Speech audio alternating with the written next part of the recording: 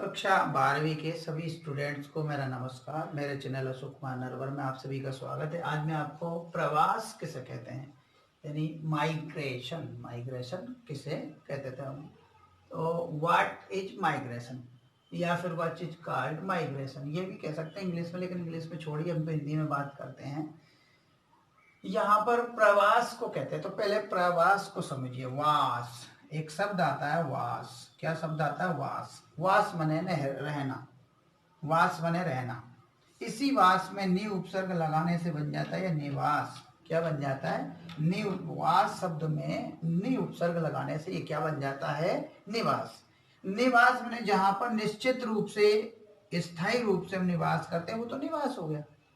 जहां पर हम निश्चित रूप से स्थायी तौर पर निवास करें, वो क्या है? स्थायी जो निवास होता है, कौन सा निवास? स्थायी वास, उसको निवास कहेंगे।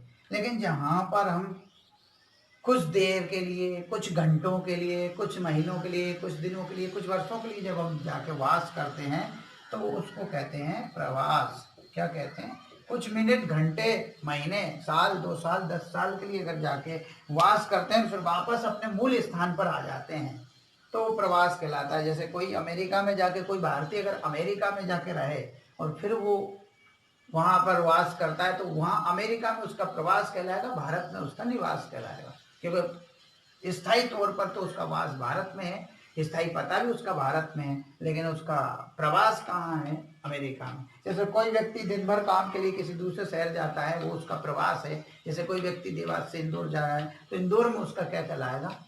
प्रवास कहलाएगा। लेकिन उसका निवास कहाँ है? देवास में। इस तरह से प्रवास और निवास को समझा जाता है। तो ये तो उसका शाब्दिक अर्थ था। एक और अर्थ देखिए जो मैंने बोर्ड पे लिख रखा है, वो देखिए।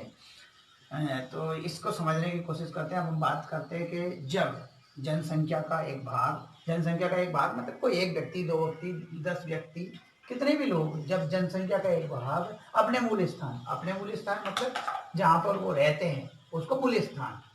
जब जनसंख्या का 1, 2, 10, 20, 100, 200, लाख, 2 लाख व्यक्ति अपने मूल स्थान या अपने मूल निवास स्थान से, अपने मूल निवास स्थान से जहाँ पर उनका स्थायी निवास है, उसको निवास स्थान का, से दूसरे स्थान पर जाकर बस जाते हैं। मतलब अपने मूल स्थान से, मूल निवास स्थान से दूसरे स्थान पर, अन्य निज स्थान पर जाकर बस जाते हैं। कुछ घंटों, महीनों, दिनों के लिए रह जाते हैं।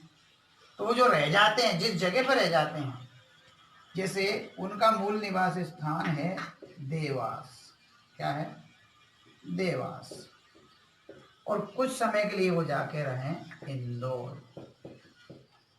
ये जैसे देवास में मूल निवास स्थान है और जाकर रहे वो इंदौर में, तो क्या कहलाएगा? देवास तो निवास स्थान कहलाएगा मूल, और प्रवास स्थान क्या कहलाएगा? इंदौर, क्योंकि प्रवास उन्होंने कहाँ किया है? इंदौर में। तो इसे ही हम या तो प्रवास कहते हैं या फिर जनसंख्या का स्थानांतरण कहते हैं। जब जनसंख्या का एक भाग अपने मूल निवास स्थान से दूसरे स्थान पर जाकर बस जाता है, कुछ समय के लिए, कुछ घंटों के लिए, कुछ महीनों के लिए, कुछ वर्षों के लिए, तो इसे प्रवास या जनसंख्या का स्थानांतरण कहते हैं।